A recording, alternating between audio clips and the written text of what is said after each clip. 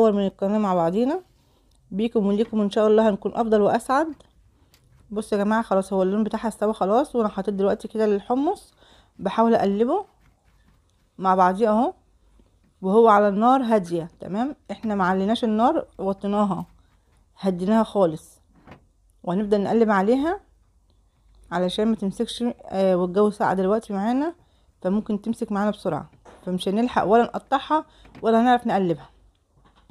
فلازم تكون على نار هاديه وانا بقلب، عشان خاطر النار تبقى سخنه ومسخنه معانا العسل. هيساعدنا كتير جدا ان هو يخش جوه السوداني والسمسم والحمص.